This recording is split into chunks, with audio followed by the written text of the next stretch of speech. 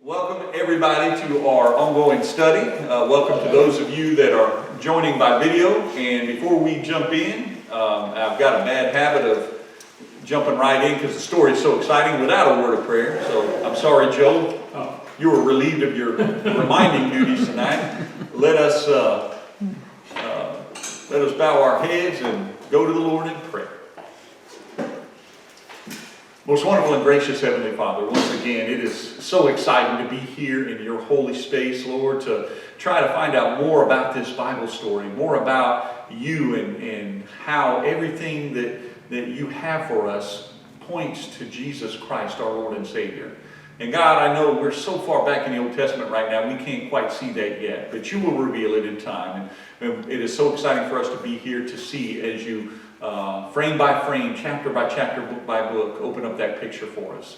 So God, touch us tonight, send the Holy Spirit, quicken our hearts and our minds so that we might understand it, but also put it to good use in our lives. In the mighty name of Jesus, we pray all these things. Amen. Amen.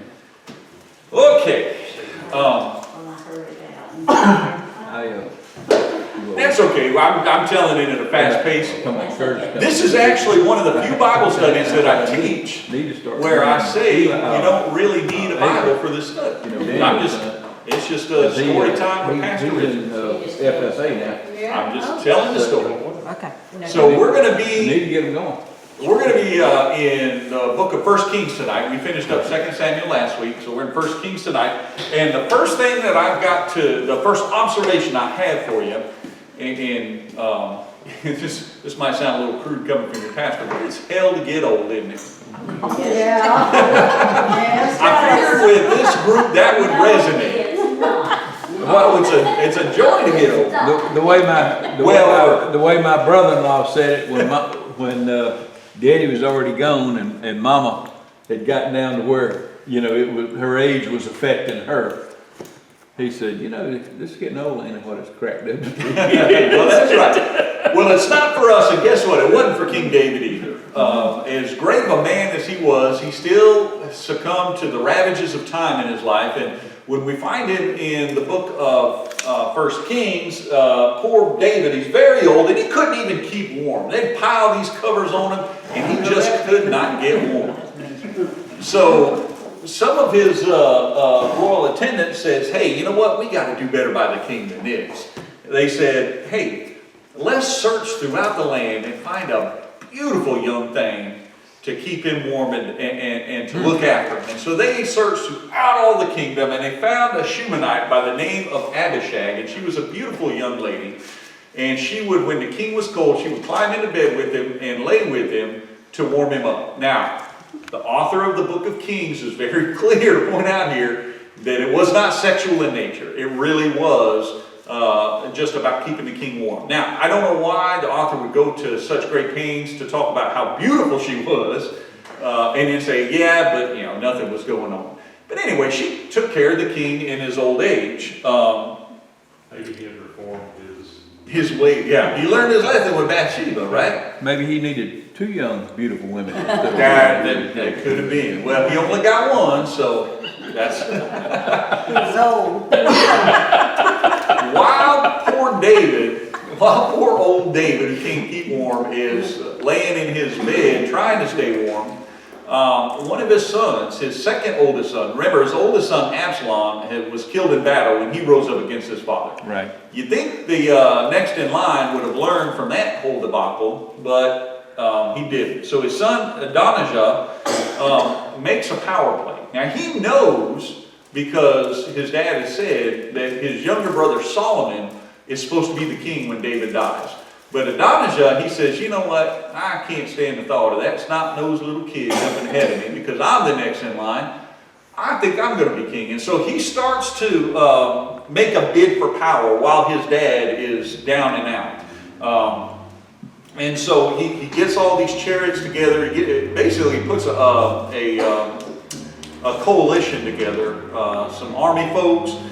He's got some powerful leaders that back his play, and he throws this big banquet. Yeah, well, I had it today while I was turning. Get over here and finish it. So he throws a big banquet and he invites all of his allies. But it's not who he invites that's so important as who he doesn't invite. He doesn't invite those who are still loyal to David, who will presumably go along with what David says when David says, no, Solomon's going to be the king. Now,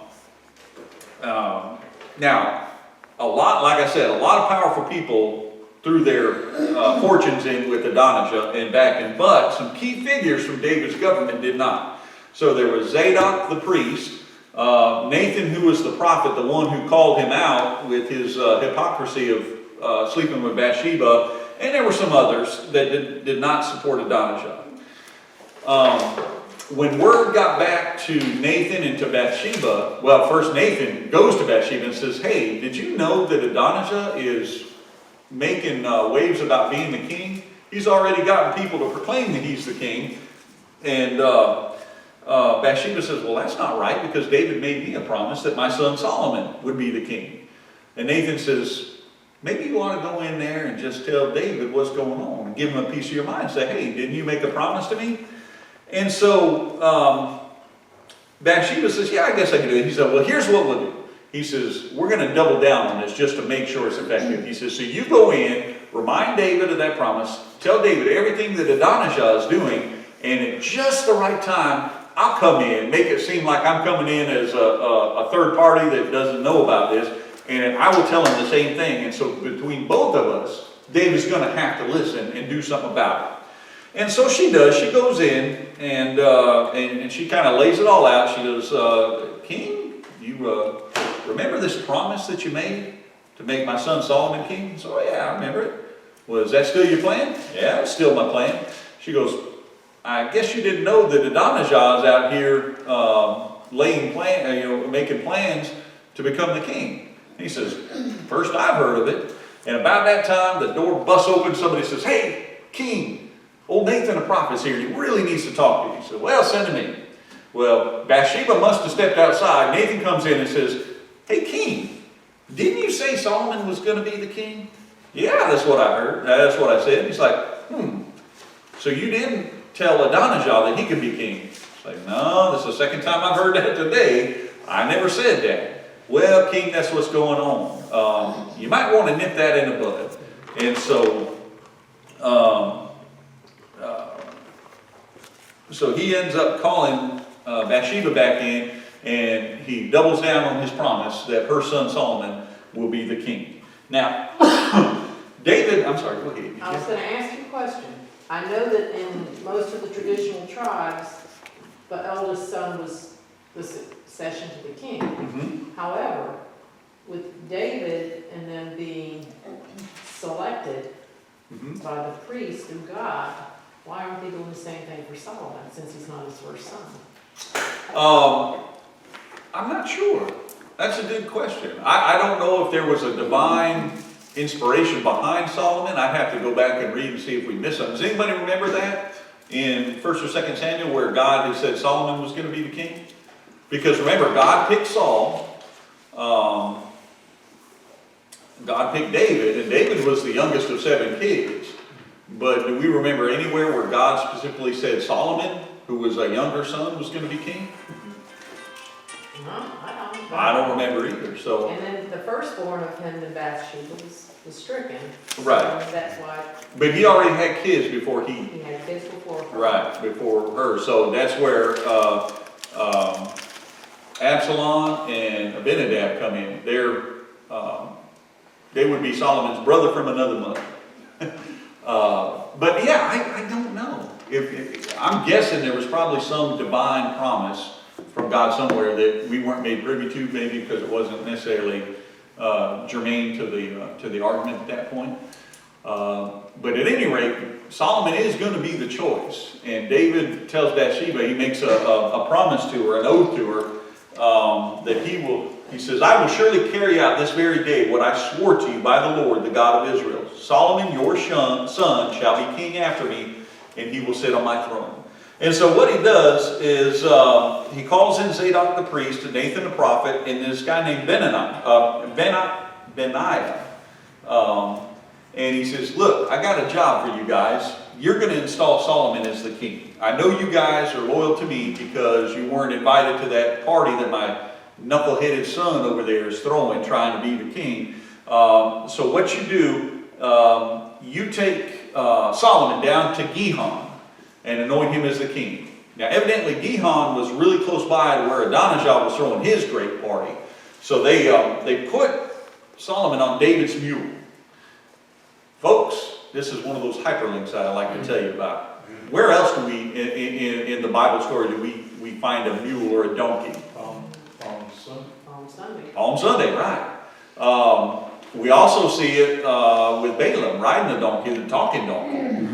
So this is a design pattern that we see where the lowly mule or the lowly donkey is used as transport for even great kings. So because it was David's, by putting Solomon on this mule, it kind of lent credibility to this claim that now Solomon's, look, I don't care what Adonijah's been telling you. I don't care that he's offered sacrifice. I don't care that he's got you all drunk with wine and gave you some good steaks.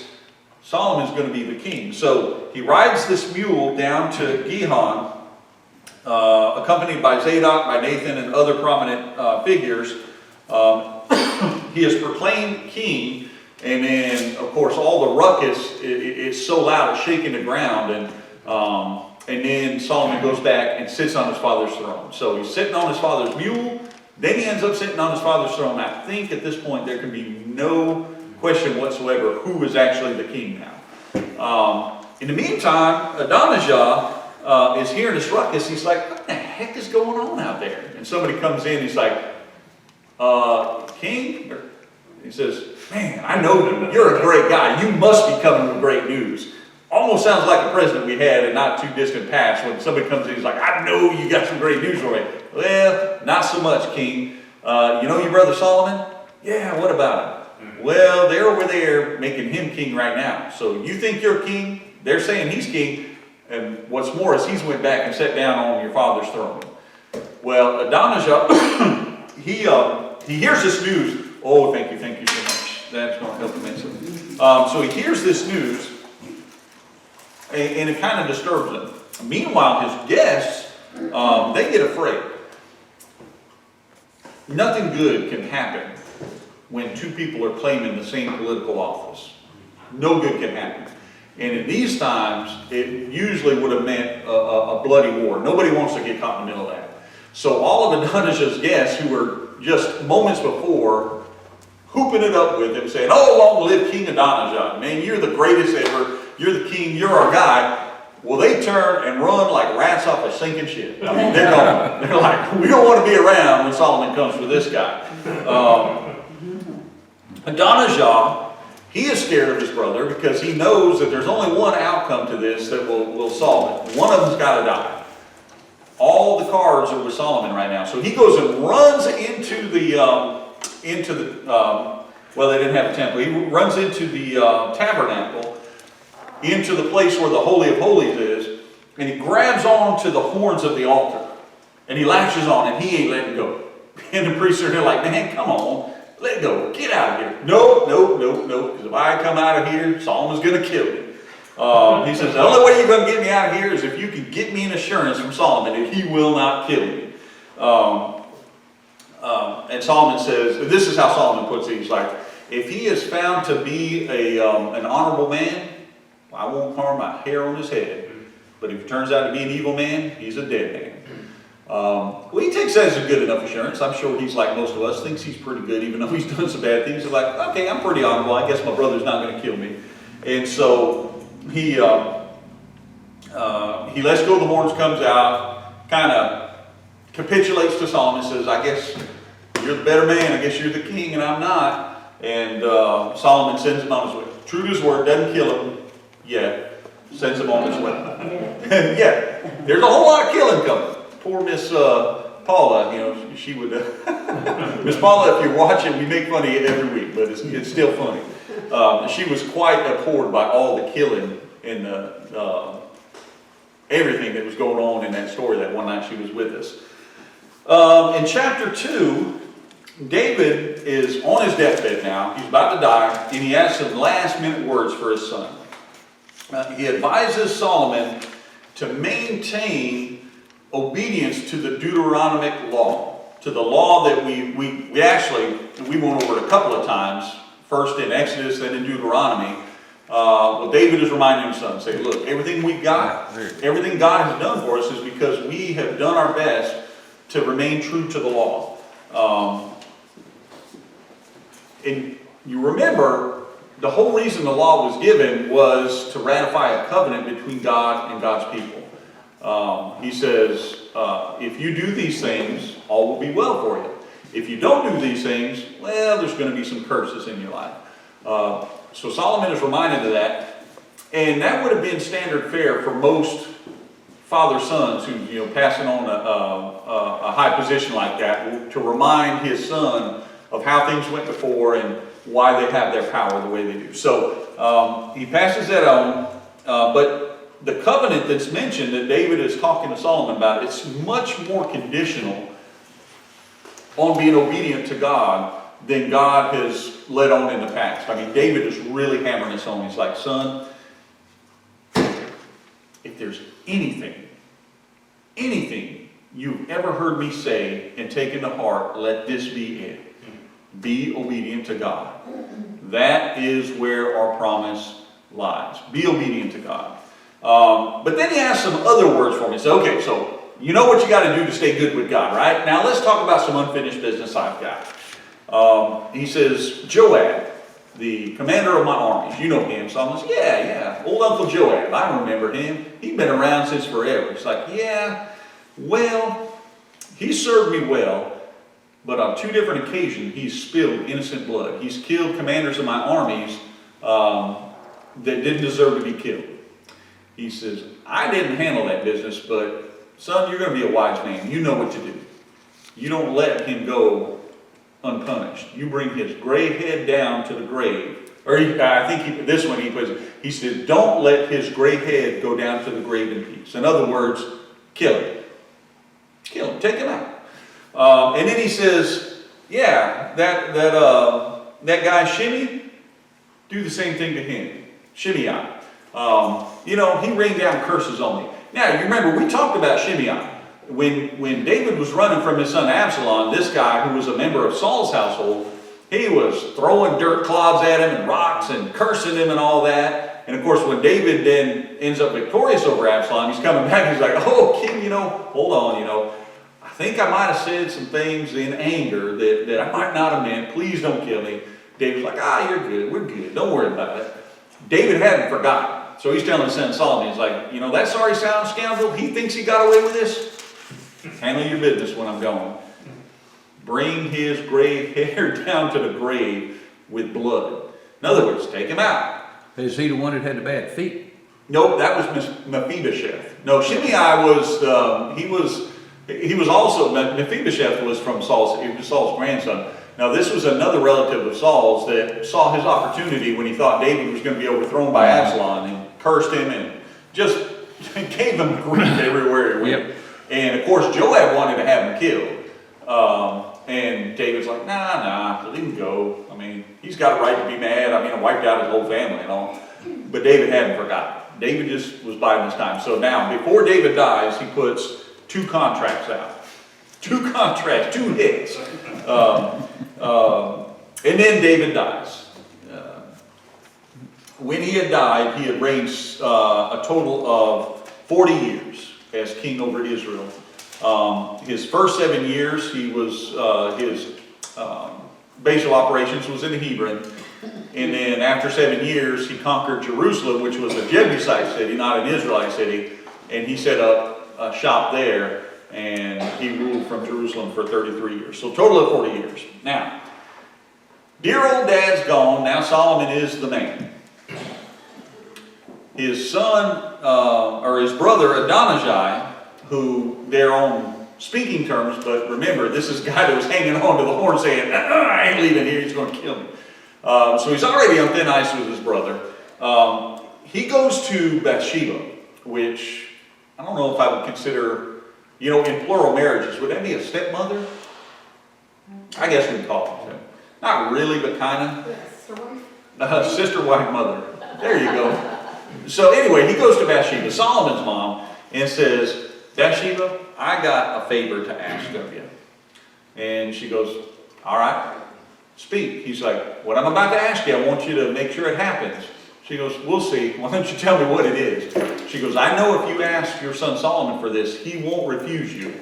He says, you know that Shunammite woman, Abishag, that used to lay with the king and keep him warm? I'm going to tell you, she's just about the prettiest little thing I ever seen. I was wondering if you can convince Solomon to allow me to have her as my wife. Seems like an innocent enough request. I mean, the king's dead. He doesn't need anybody to warm him up and take care of him anymore. And Bathsheba does not see the problem with this request at first. So she goes and asks Solomon. She goes, hey, Solomon, your brother Adonijah wants to know if he can marry Abishag. Well, he right away sees the issue with this, and he accuses her and said, why don't you just come in here and ask me to give him the kingdom? Not only him, but all my enemies. Because that's what you're doing, asking me to give my father's servant over to him. I mean, that's like asking me to give his wife over to him. He says, I'm going to tell you what, you might not understand what he did wrong, but I do, and may the Lord deal ever so severely with me if I don't put him to death for this. He surely will die. And so he gives the word and has his brother executed for that. Was that Solomon's mother? Bathsheba is Solomon's mom. Right. But it's not Adonijah's mom. Right. Right. Yeah, So they're half brothers. Yeah, they're half brothers. So yeah, he's trying to pull a fast one, trying to kind of slide in the back door, Yeah. usurping the king's power through the back door. Solomon won't have any of that, has his brother killed, which he probably deserved to be killed the first time he crossed Solomon. Right. He tried his luck, didn't go so well for him the second time. Yeah. He's kind of sleazy. Meanwhile, Abiathar, who was the priest, was David's priest up until Adonijah made a power play, he chose the wrong side. He decided to back Adonijah. Well, now Adonijah is dead, and he's got to reckon with King Solomon. King Solomon, he says, I'm going to spare your life because you did help my father in carrying the ark, and you were, a priest, but I'm going to strip you of your priestly powers, and you're banished. You got to go. Don't let me see you around these parts again. And in return, he promotes Zadok to be priest in Abiathar's absence. Now, old Joab, this is the first hit that David put out, the first contract. Joab fears for his life, and he says, you know what? Adonijah ran and grabbed those old altar horns. He said, it worked for him. Why don't I give that a shot? So he goes, runs in, and grabs those altar horns, and Benaiah. It's like home base. Yeah, it's like home. Yeah, that's base. I'm safe if I get to base. So he's got a hold of the horns, and somebody comes in and tells Solomon, he's like, yeah, Joab, he's down in the tabernacle, hanging on the horns. He's like, tell him to come out of there. So Benaiah goes down there and says, come on out of here to where we can put you to death. He's like, I ain't leaving. Goes back and tells Solomon, he's like, go put the sword to him right there. He's like, I spared Adonijah, but it ain't going to happen. So he was struck down and killed right there in the tabernacle, holding on to those horns, thinking it was going to save him, but it did not. So he was killed because he shed the innocent blood of Abner and Amasa. Now, remember good old Shimei. He was the second guy that they put a contract out. Solomon does not kill him right away. He cuts him a deal. He says, you know what, I ought to kill you. My dad wants you dead. You cursed his name, you cursed God. But I tell you, you build you a little house down there in Jerusalem. You don't set foot out of Jerusalem or you're a dead man. You cross the Kidron Valley and your blood will be on your own head. And Shimei's like, you know what, King, you are so wise. That sounds like a good plan. I swear to you, I'll never cross that valley. I'll stay there. And he does for a few years. But he had a couple of slaves, and they got loose and ran away. And they ran all the way over to the city of Gath, which is over by the Mediterranean Sea. We hear that they went to Gath. Well, guess what? You got to cross the Kidron Valley to get to Gath. So he saddles up his donkeys, and he heads over there, gets his slaves, comes on back, thinks everything is hunky-dory. Probably has already forgotten what the king had told him about crossing that valley. Well, word gets back to Solomon and says, hey, we just happened to see old Shammai out tooling through the daisies over there. He says, bring him in. We've got to have a talk with the man. Brings him in and says, did I not tell you? King, you're a wise king, you told me. He said, did I not tell you that your blood would flow? He said, king, you told me but. He's like, no buts, off with his head. And so he has him executed for doing that. So when we get to the end of chapter 2, we see the kingdom is established firmly in Solomon's hand. So in chapter 3, ooh, that was a long chapter. There we go, chapter 3.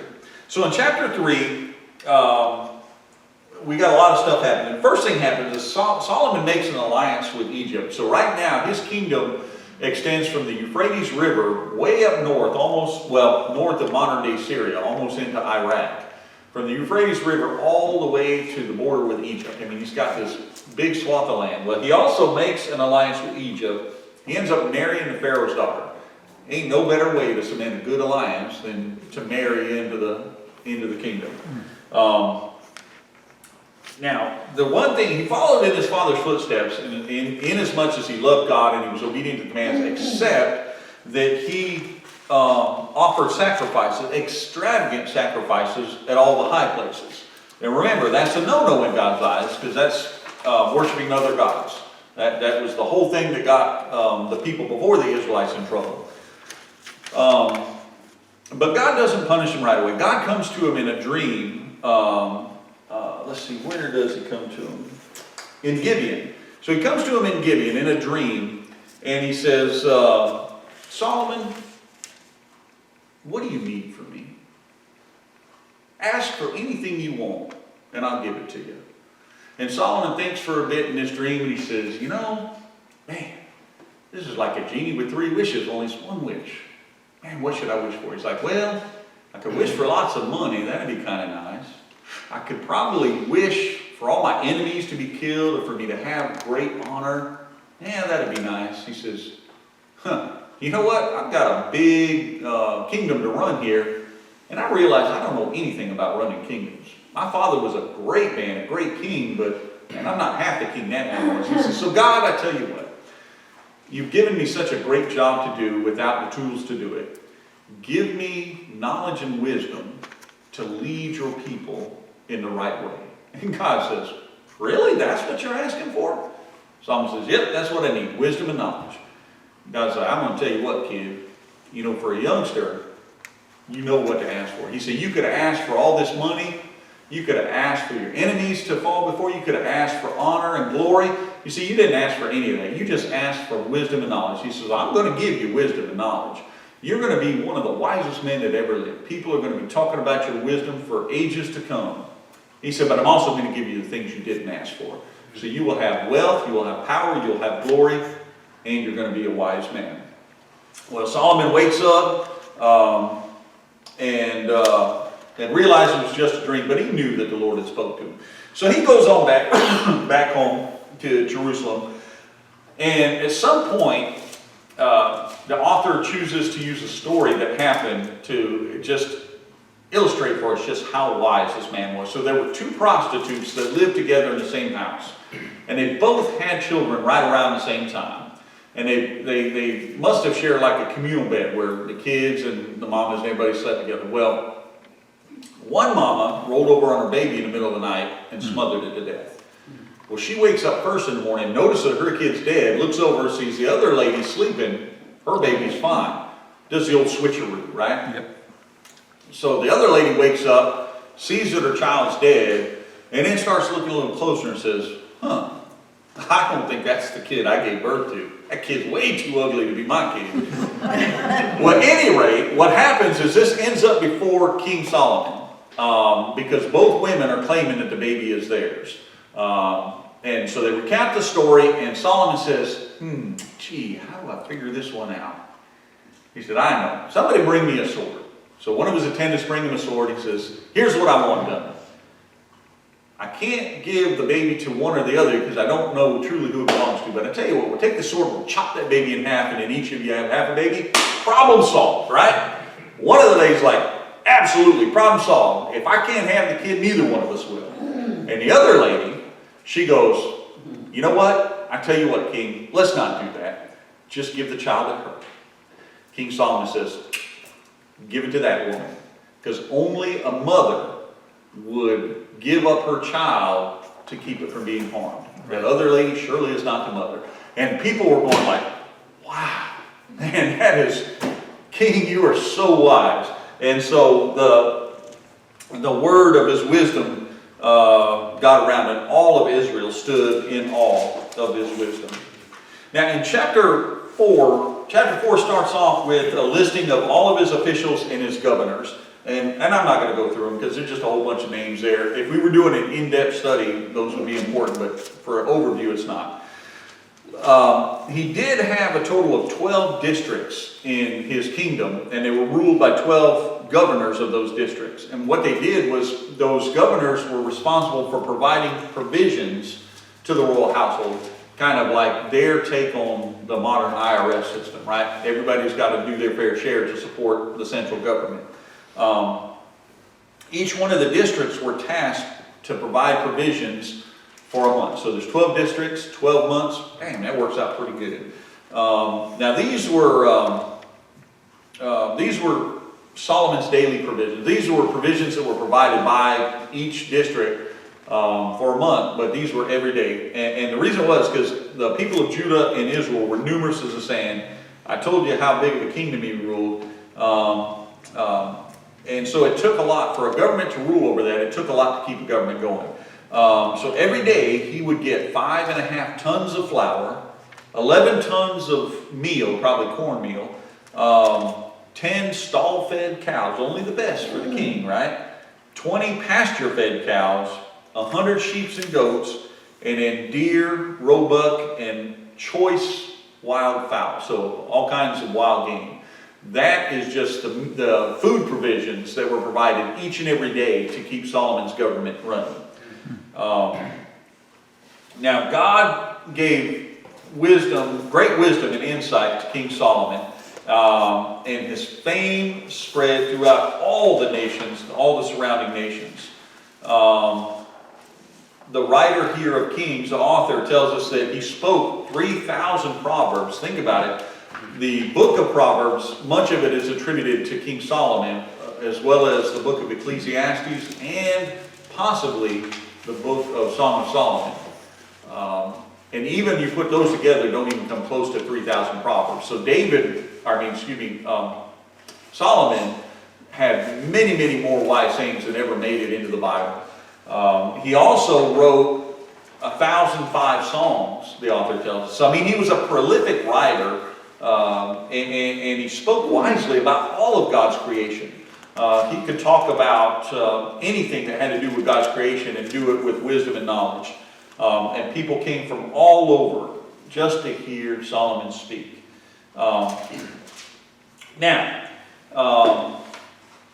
You remember that before David died, David really had on his heart to build a permanent structure for the Ark of the Covenant to reside in, right? Ever since they had come up out of Egypt and went into the wilderness, God's home had been a traveling tent, right? Couldn't even get himself a good Class C RV, right? It was just a tent. And that really bothered David. David's like, man, I've got a really nice house of cedar, and God is living in a tent. You know, I need to build him something. God's like, you know what? I appreciate that, David, but you're not the guy. You got too much blood on your hands. You've got too much violence in you from all these fights that you've had to fight on my behalf. He said, I will give your people rest after you're dead. Your son Solomon will be the one to build my temple. Well, King Hiram of the city of Tyre and Sidon were two cities on in the northern part of Israel, right on the coast. They were known for things like cedars. They had great cedar forests over there, among other things. And so the king heard that Solomon had been anointed king to succeed his father David. And he'd always been on friendly terms with David. And so he sent an envoy to say, hey, king, heard you made king, happy for you. Well, Solomon sends a message back and says, you know, Hiram, you were one of my dad's best friends in all of Israel. And you know, my dad really wanted to build a temple, but God had pushed that work off to me. He said, I'm going to start this job. And he said, you know what I could sure use? I sure could use some of them cedars that you got over there. I mean, we're going to build a great temple. He said, I'll tell you what, I'll send some of my men to work with your men. You show them what to do, because there is nobody that can fall and mill cedars like those guys over there in Tyre and Sidon. I mean, you guys just know what you're doing. He says, so my men will come work with your men, and I will pay whatever wages you set for your men. So, you know, I'm not asking for something for nothing here. We'll pay for all this. And you guys really do. You got the best lumberjacks around. So let's just use your guys. King Hiram agrees to provide the trees. He said, you just tell us where you want them. We'll float those trees wherever you want. He said, you provide, tell you what, you provide food for my royal household, and we'll call it a day. And so Solomon provides 3,600 tons of wheat for him, and also sent 120,000 gallons of olive oil to support that effort down there in Tyre. Meanwhile, Solomon was going to need a lot of labor to get this job done, and he couldn't just go down to the local trade union and hire a bunch of guys. So what he had to do is he had to conscript, or a form of forced labor. And what he did was he went out and got 30,000 Israelites to do the work over in Lebanon. And he says, here's the deal, guys. You're going to go over to cut trees with the guys over in Tyre. He said, but I don't want you working too hard, so we're going to split you up into 3 shifts. 3 shifts of 10,000 men each. You'll work 1 month on, and then you'll have 2 months off. Now, considering how labor was done back then, I think that was pretty generous, right? So the men of Israel, the 10,000 that were out each month, you only had to be away from your farms and what have you for a month. You go out and work, and then you're back, and you got 2 months to handle your business before you got to go back and cut more trees. And then he also had a lot of masonry work he needed done. So he once again, he couldn't go down to the Masonic Lodge and get some masons to do it. So he conscripted some workers there. He had 70,000 carriers to carry the stones, 80,000 people to cut the stones, and he had 3,300 supervisors, 3,300 middle management just to watch over, make sure the work was getting done. So together, Hiram's workers and Solomon's workers prepared the stones and the timbers that would be needed for the temple. So 480 years, roughly, give or take a month or two, from the time that Israel leaves Egypt, Solomon begins building the temple. So it's about 480 years that God has lived in a tent. He's about to get his very own home. Solomon begins to build the temple. Now here's the thing, we get some measurements on it, and I don't know about you, but I was a little underwhelmed when I read these measurements. It measured 90 feet long, 30 feet wide, and 45 feet high. Doesn't sound, I mean, I know churches that are way bigger than that today. I mean, our church is probably bigger than that. The church we're sitting in right here. So by today's standards, it's not large, but considering how they moved material, how they built things, the fact that they didn't have bulldozer and all that stuff, that is a huge undertaking back then. And so I think we should probably be a little more in awe than what I was when I read that size. But that was just the main core of the building. It did have a large portico, like a covered porch, and side rooms that were built onto it that made it even bigger. Kind of a fun fact about it, all the stonework that was done, all the stones were finished in the quarry, because there was not to be the sound of a tool heard on the work site. So the architect drew the plans, whether it was a divine architect, whether they had the plan, said, okay, we're going to need, these many stones, this by this by this.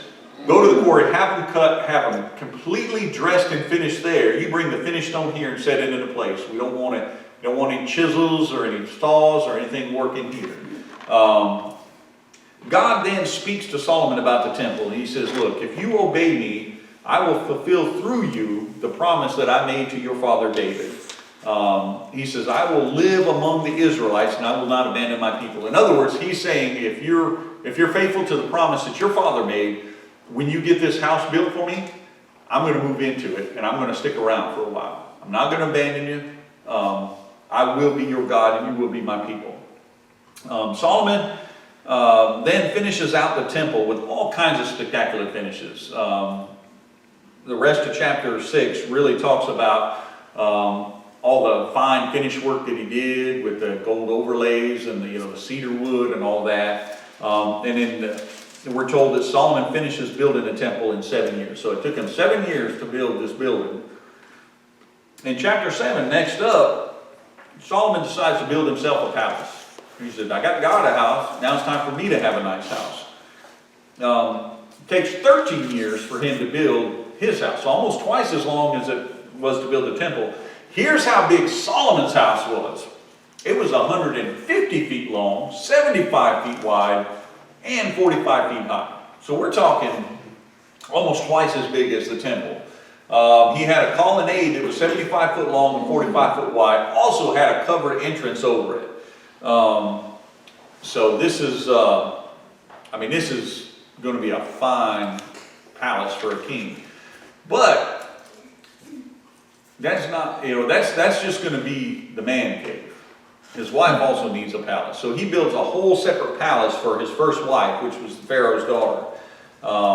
Then the last part of chapter 7 is just a long listing of all the furnishings that Solomon outfitted the temple with. So while he's building his palace and his wife's palace, he's got craftsmen building furniture to go in the temple. And once again, if we were doing a detailed study of the temple, we'd go into, look at everything in there. But just suffice to say, there's a lot of good stuff that's going into the temple.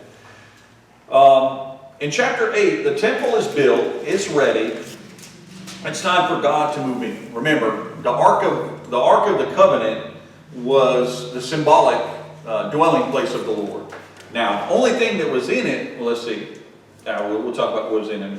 So Solomon says, the temple's ready. Let's move the ark. Let's get God in. So he calls for the ark to be brought up to the temple.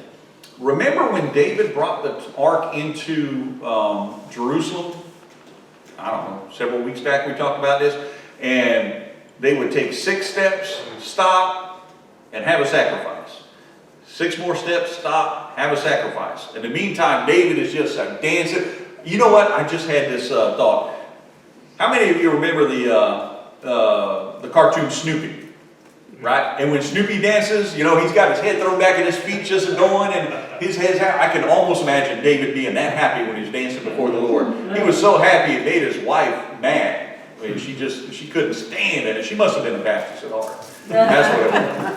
But anyway, in a similar fashion, as the ark is being brought up, they're sacrificing animals.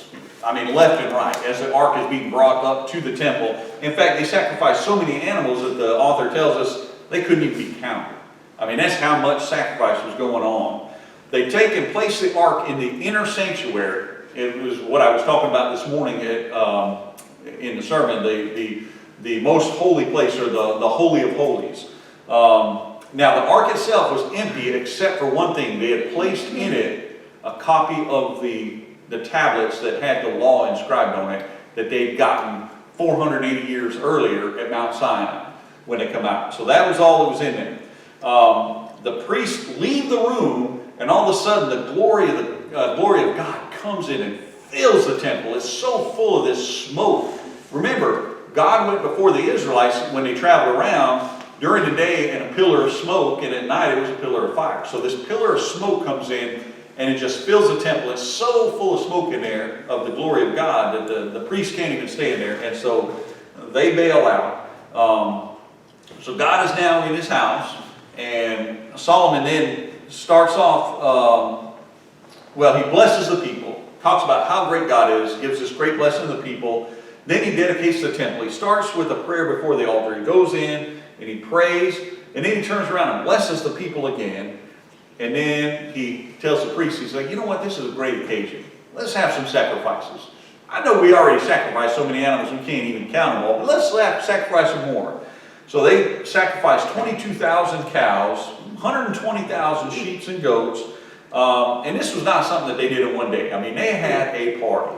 They partied for 7 days, and then they partied for another 7 days, the Bible tells us. So for 14 days, they're just slaughtering animals and having a great temple dedication. After that was all done, the next day he sends the people away, and all the people are happy. In chapter 9, the Lord comes back and appears to Solomon again. And what he does when he appears to Solomon, just like he did in a dream in Gibeon, he reaffirms that covenant that he made with his father David. He says, if you obey me, I will keep my promise that I made to David. I will keep it through you. But if you don't, I will cut Israel off from all the peoples of the earth, I will cut Israel off from the land that I've given them, and I will reject this temple, and I will leave, and you ain't going to see me around no more. Evidently that was agreeable to Solomon, and then the author kind of tells us about some of the other activities that Solomon was up to. So after 20 years of building, Solomon ends up giving 20 towns to King Hiram of Tyre. He gives him 20 towns up in the region of Galilee. That's up in the northern part of Israel, up by the Sea of Galilee, up by where Jesus did most of his ministry.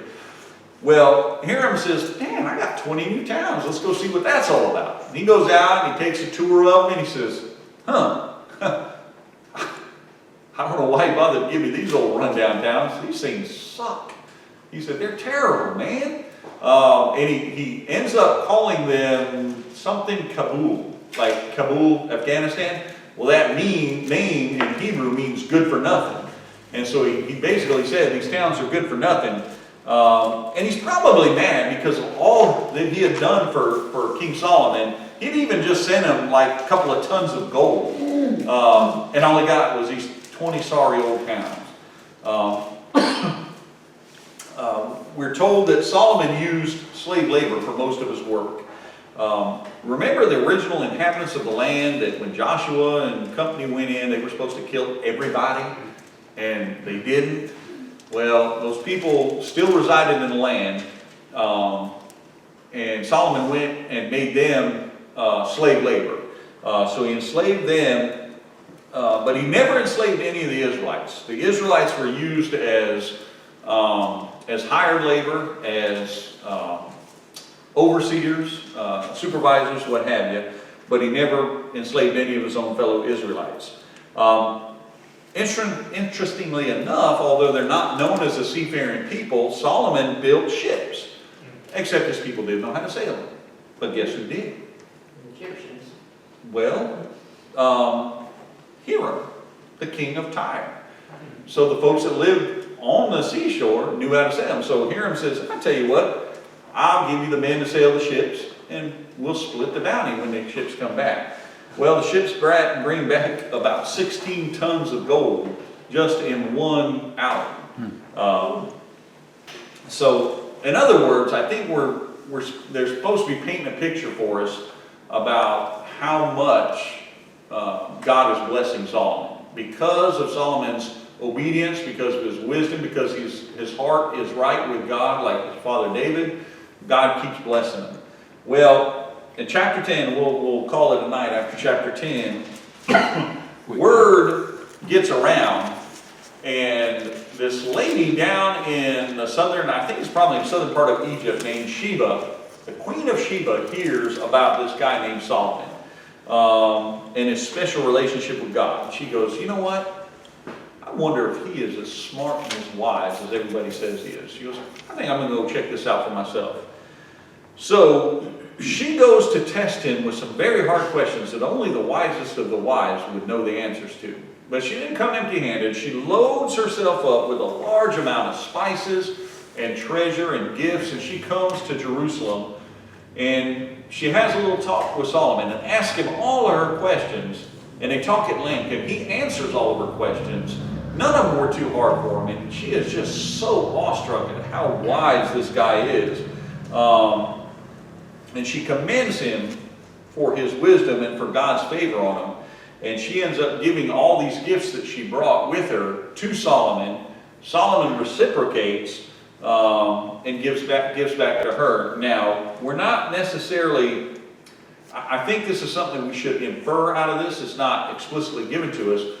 I think what that does is it cements a political relationship between her kingdom and the kingdom of Israel.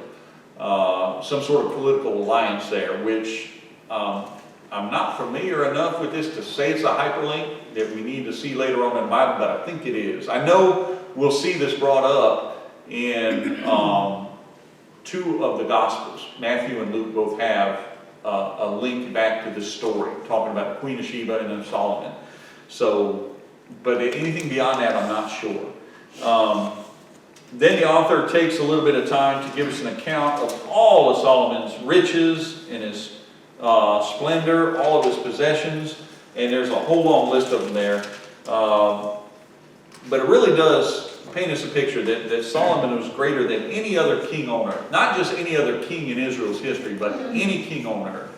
God blessed him richly. And everyone came to hear the God-given wisdom that Solomon had to offer. Well, that's the first 10 chapters of the book of 1 Kings. What's y'all's thoughts on that? There's a whole lot going on in there. Got a question. Yes. You think when they're building the temple, God hasn't moved in yet. When they're building or doing the parts, part of the Holy of Holies, did it get special treatment? The construction part or the... I would have to go back. I actually didn't read it close enough to see if they treated, if Scripture said that. If Scripture doesn't tell us that, I think it would be safe to assume that. Because we look at if you look at the list of furnishings and what all went into certain furnishings and what went further into the temple, the deeper into the temple you got, the more closer to God you got, so the more holy it went. So like you could be in the outer court, Gentiles could be in the outer court, or non-Israelites. And then just beyond that, women could be there, Israelite women.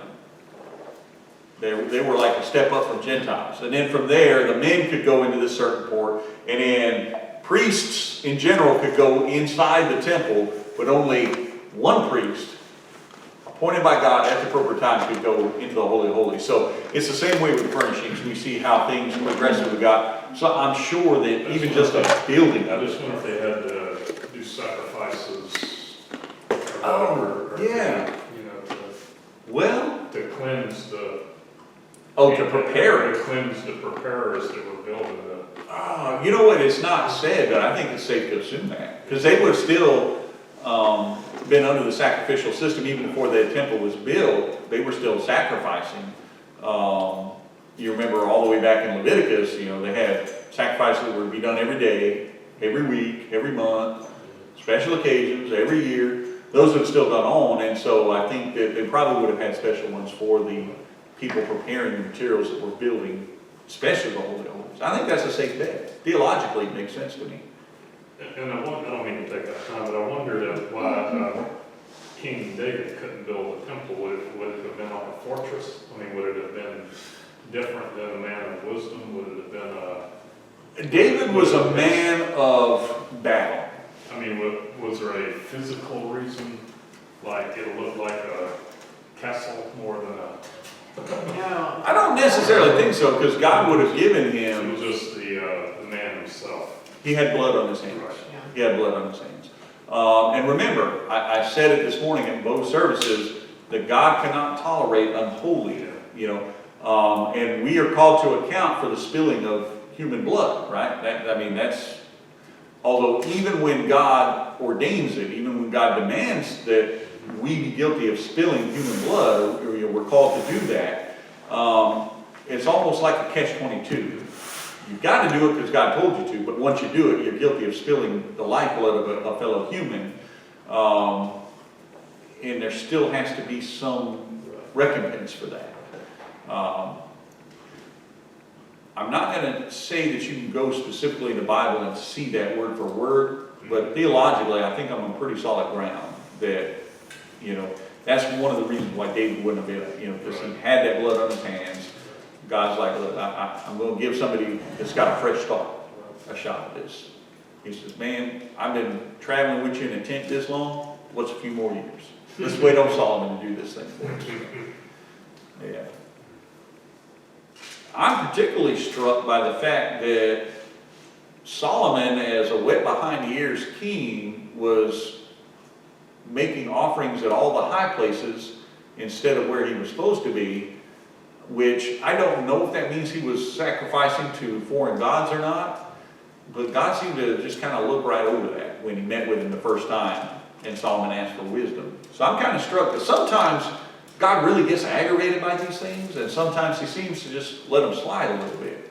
I know there's got to be a reason behind that, but I don't know if you guys felt that way when you heard that part of the story or not. I got the impression that he kind of changed his tune once God spoke to him, but then he slips off further on in the chapter. I think so. Yeah. Further on in the story, Solomon's off to a great start, and I hate to spoil the story for you, but it's not going to stay that way. Just like his father, he's going to slip up and make some mistakes. And ladies, I'm not saying anything about the fair sex, the fair gender, but his downfall is women. His downfall is women. He's doing things he's not supposed to and marrying people he's not supposed to, and they lead him astray. So, How about his dad? kind of like it. Well, no, his dad, he did that all on his own. Bathsheba, I don't think was a willing participant in that. She just kind of had to go along because it was a king. So. But she loved him and she stuck with him. Oh, afterwards, yeah. Well, she was damaged goods at that point, culturally speaking. She wouldn't, after her husband was dead, if the king rejected her, having a child out of wedlock, being pregnant out of wedlock, it would have been bad for her. So David did right by her. I'm proud of David for that. I got the impression she was his favorite, even though, There was no social services back then. Yeah, there's no DSS. But see, there didn't have to be, because if the Israelites did what God told them, you provided for widows and orphans. Now, you didn't provide for every lazy slacker that just didn't want to go out and get a job. If you were laid up watching TV all day, God expected that you would reap what you sowed. But widows and orphans, they were disadvantaged. They were, socially speaking, they would have been the downtrodden. They had no way to provide for themselves. So God says, look, this is how I want you to take care of your widows and your orphans. So, yeah, awesome. Well, any other thoughts before we wrap it up tonight? Well, hearing none, I say let's get together next week. Go in peace. Hey folks, remember to click the subscribe button below and ring the bell to be notified when we post new content. And as always, if today's video touched you in some way, please hit the thumbs up button and leave us a comment. We love to hear how our content impacts your walk with Jesus Christ. Until next time, God bless.